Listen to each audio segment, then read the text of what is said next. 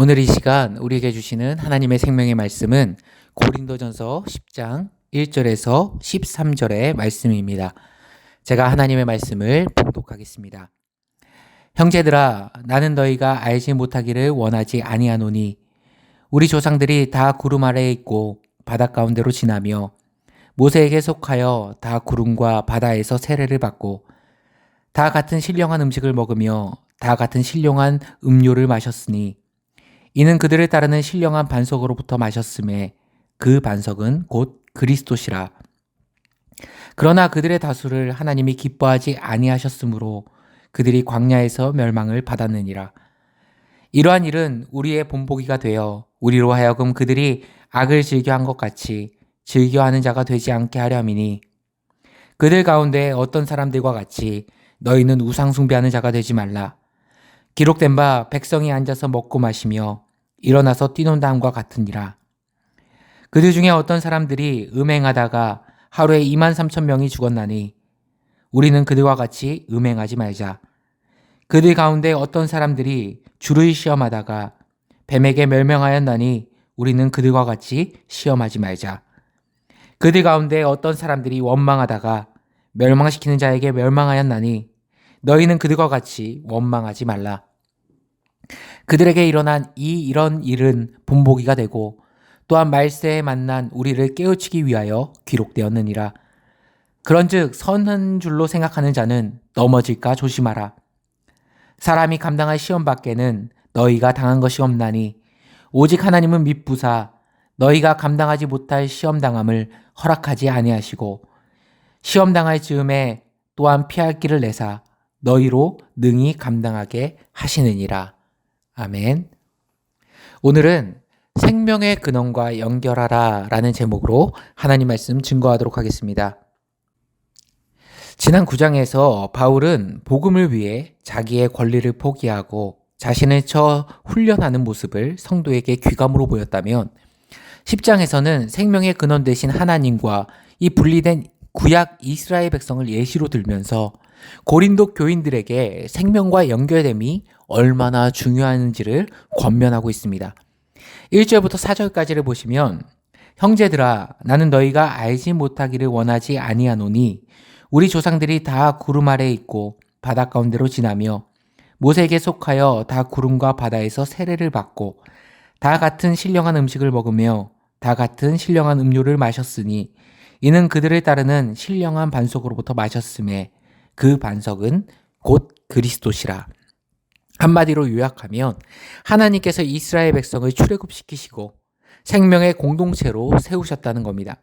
자연스럽게 이스라엘 백성은 그 생명의 공동체 되시는 하나님 안에 머물며 거하였습니다. 그럴 때 어떤 일들이 있었습니까? 생명이 채워지고 은혜가 채워지고 또 일상생활에 필요한 먹고 마실 것들이 모든 것들이 공급되고 기적이 경험되고 대적과의 전투에서 승리가 임했습니다. 사실 그들이 머문 땅은 광야라는 환경이었지만 그들의 생명 대신 하나님 안에 온전히 연결되었을 때 그들에게 부족한 것들이 뭐가 있었습니까? 넘치도록 다 채워주셨습니다. 애굽의 병거와 마병 다 물리치고 승리를 주셨고 매일 만나와 메추라기로 먹이셨고 물이 필요할 때는 반석을 터뜨려 물을 터져나오게 하셨고 추울 때는 불기둥, 더울 때는 구름기둥으로 그들을 가리워 주셨고 모든 것을 하나님이 하나부터 열까지 다 공급해 주셨습니다. 1절부터 4절까지가 그 내용입니다. 우리 조상들이 생명 안에 있을 때 하나님의 충만한 공급이 있었다라는 겁니다. 그런데 문제는 무엇입니까? 이스라엘 백성이 생명 대신 하나님으로부터 분리되기 시작합니다. 어떻게 이스라엘의 하나님과 분리되었는가? 바울은 세 가지로 설명하는데 첫 번째는 우상 숭배죠. 7절 보시면 그들 가운데 어떤 사람들과 같이 너희는 우상 숭배하는 자가 되지 말라. 기록된 바 백성이 앉아서 먹고 마시며 일어나서 뛰논다 함과 같으니라. 모세가 하나님의 십계명을 받기 위해 40일간 시내산에 오릅니다. 그랬더니 기다리는 백성들, 이스라엘 백성들의 마음이 동요되기 시작하는 겁니다. 아니, 모세에게 무슨 일이 생겼나? 도대체 왜 이렇게 오래 걸리는 거지? 한 달이 넘도록 내려오지 않으니까 설마 모세가 죽은 거 아니야? 별의별 추측이 이스라엘 가운데 난무하고 불안해하기 시작합니다.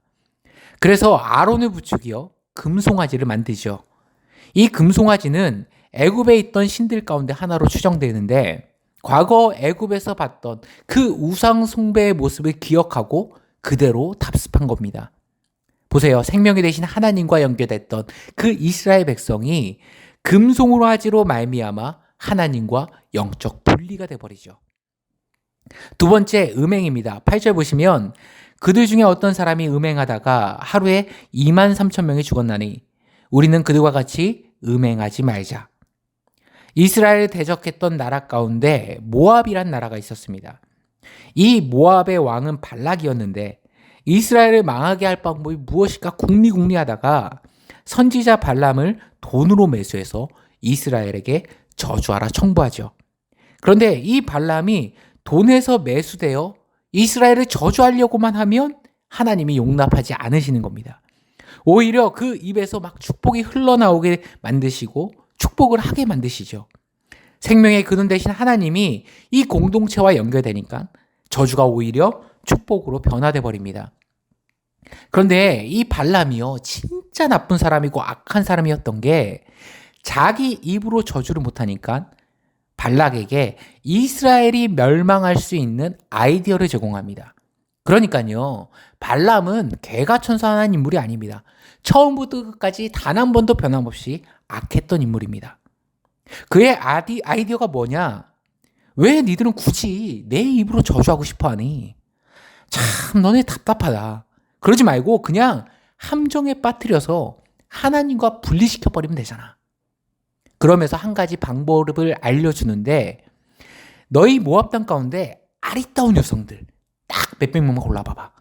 이스라엘 백성이 지나가는 그 길목에 희로하게 하나 걸쳐놓고 딱 풀어놔봐.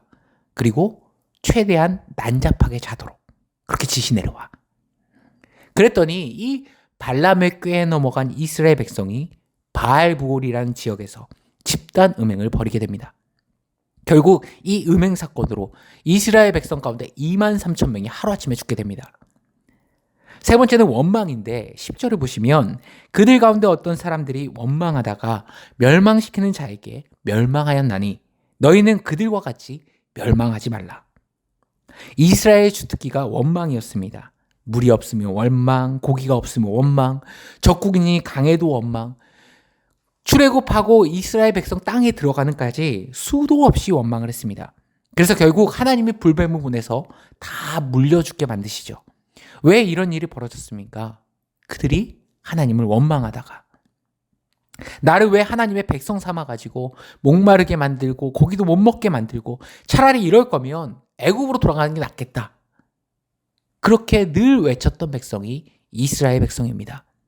여러분, 원망이 뭡니까? 한마디로 정의하면요, 하나님과 분리를 외치는 소리가 원망이죠. 그렇게 그들은 생명의 근원 되신 하나님과 분리돼서 그 연결이 끊어져서 결국 40년 광야에서 유리방황하며 사라졌습니다. 오늘 이 새벽 우리가 함께 나누고 싶은 부분이 바로 이것입니다. 나는 지금 생명 되신 하나님과 연결되어 있는가? 아니면 분리되고 단절되어 있는가? 생명은 모든 것을 살아나게 합니다. 예를 들어서 많은 사람들이 모든 생명체는 바다로부터 흘러나왔다, 이렇게 해석하는 사람들이 있습니다. 저는 상당히 근거가 있는 얘기라고 생각합니다. 창세기 1장에 보게 되면 하나님이 첫째 날 빛을 만드셨습니다. 둘째 날 위의 궁창과 아래 궁창을 만드셨죠. 그리고 셋째 날 하나님이 명령하시기를 물은 물대로 모이라 하시니 물만 모이고 땅이 무트로 드러나게 됩니다. 그러니까 생명의 근원이 바다로부터 시작됐다. 전혀 근거 없는 얘기는 아닌 것 같습니다. 그래서 그런지 몰라도요, 바다에는 자정 능력이 있습니다. 이 땅에 나오는 많은 물들, 때로는 썩은 물, 오염된 물 다 흘러서 바다로 들어가죠. 그런데 참 묘한 것은요, 오염되고 썩은 물들이 바다에 들어가기만 하면 생명이 회복됩니다. 반면 아무리 깨끗한 물이라도 분리되면 썩게 되어 있습니다. 깨끗한 물을 준비했습니다. 지금 당장에는 너무나도 좋은 물이지만 만약에 그 물을 그냥 놔두고 2주, 3주가 지나고 방치됐습니다. 3주 후에 먹으라 한다면 과연 마실 수 있습니까? 저는 못 먹을 것 같습니다. 아무리 깨끗한 물이라도요, 흐르지 않고 분리되어 있으면 상하고 썩기 마련입니다. 우리 영혼도 마찬가지입니다. 그래서 우리 주님께서는 요한복음 15장에 포도나무 비유를 통해서 생명과 연결됨이 얼마나 중요한지를 말씀해 주시죠. 가지가 풍성하게 열매를 맺는 길, 생명력으로 충만한 길 어디에 있나요? 연결해 있습니다. 요한복음 15장 5절에 보면 나는 포도나무여 너희는 가지라. 그가 내 안에 내가 그 안에 거하면 사람이 열매를 많이 맺나니 나를 떠나서는 너희가 아무것도 할 수 없느니라. 여기서 강조점은 무엇입니까? 생명의 근원, 열매의 근원 대신 주님과 연결하라는 겁니다. 그런데 악한 마귀는요, 자꾸만 우리를 분리시키려고 합니다. 예배로부터 분리시키려고 하고 기도의 자리를 떠나게 만들고 믿음의 공동체인 교회로부터 떨어지고 싶게끔 만들고 하나님이 붙여주신 내 동역자와 지체들과 단절을 결단하게 만들고 또 하나님께서 우리에게 주신 좋은 가치들이지 않습니까? 믿음이나 소망이나 사랑이나 인내나 온유나 내 성품에서 그것들을 다 끊어지게 만들고 왜죠? 살긴 살아있으되 속은 다 죽어버리도록. 그러면 우리가 해야 될 것은 무엇입니까? 간단합니다. 자꾸 생명의 근원 대신 그 하나님과 우리를 연결하는 겁니다. 예배를 통해서 연결하고 기도를 통해서 연결하고 자꾸 공동체 안에서 교회 공동체 안에 스며들고 내게 주신 그 믿음의 지체들과 관계를 더욱더 굳건하게 만들고 자꾸 생명 안에 거하며 우리를 하나님과 연결시킬 줄 알아야 된다는 것입니다.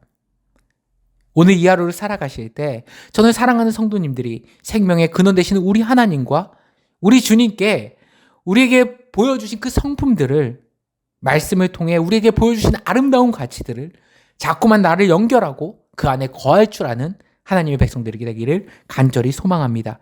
그래서 성도님들의 가정과 삶과 인생 가운데 생명이 풍성해지는 이 하루 되시길 간절히 축원합니다.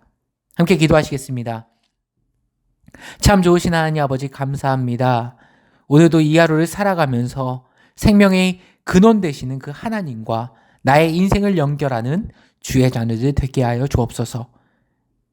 자꾸 기도를 통해서 하나님과 연결하게 하시고 예배를 통해서 하나님과 연결하게 하시고 나의 발걸음이 자꾸 은혜의 자리에 머물게 하셔서 우리 주님과 분리되고 단절되는 인생이 아니라 하루하루가 지날수록 주께로 가까이 나아가는 주의 신실한 백성들 되게 하여 주옵소서.